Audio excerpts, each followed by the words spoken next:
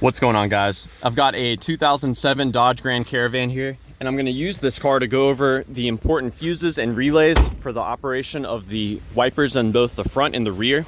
I'm also going to show you some basic troubleshooting steps, and towards the end I'll show you some wiring. So everything is going to be behind this cover, which you remove by pushing in on the tab here and lifting up. Starting with the rear wipers, they receive power through this 20 amp fuse right here. You can pull it out and check it. This is what a good fuse looks like. And the relay that sends power to the rear is this accessory relay. You can tap on the relay as a troubleshooting step. You could also swap it with a different relay. So for example, you could swap it with your starter relay, which is right next to it. Now, as far as the front wipers, there's one fuse and two relays. So the fuse for the front wiper is this 30 amp J-case fuse. You can pull it out pretty easily like so. And you can also peer through the transparent cover and see if the fuse is blown or not. This is what a good fuse looks like. Now the two relays are right next to it. So this relay is the wiper on-off relay, and this is the wiper high-low relay. The wiper on-off relay is what turns on whenever the wipers come on, and the high-low relay is what determines what speed the wipers are going at. You can tap on the relays to see if they get stuck. You can swap them as well, like I mentioned with the rear wipers. Let's go and pull these out. And feel free to swap in any of these other relays. I'm gonna go over, you can see I've got the pins color-coded.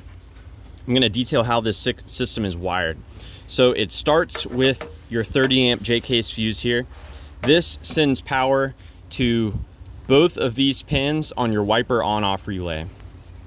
This relay is computer controlled, and it receives the control at this pin. The computer controls this relay by sending a ground here. So when the ground comes in, this relay gets energized, and it takes power from this pin and it sends it onto this pin right here. The power goes from here to these two pins of the high-low relay. Now, when this high-low relay is not energized, it takes the power from this pin and it sends it onto this pin here. This pin goes to the wiper motor. When this relay is energized, it is done so by receiving a ground on this pin from the computer, and it takes the power from here, and instead of sending it to this pin, it sends it to the pin next to it. So no matter what is going on with this relay, it will either send power here or here, and both of these pins go to your wiper motor.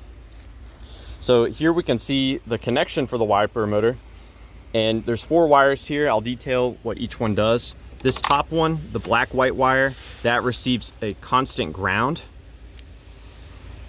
This brown gray wire is the smallest of the 4. This actually sends a signal to the computer from the wiper motor whenever the wipers are in the parked position, meaning they're all the way down. Then the signal is sent on this wire.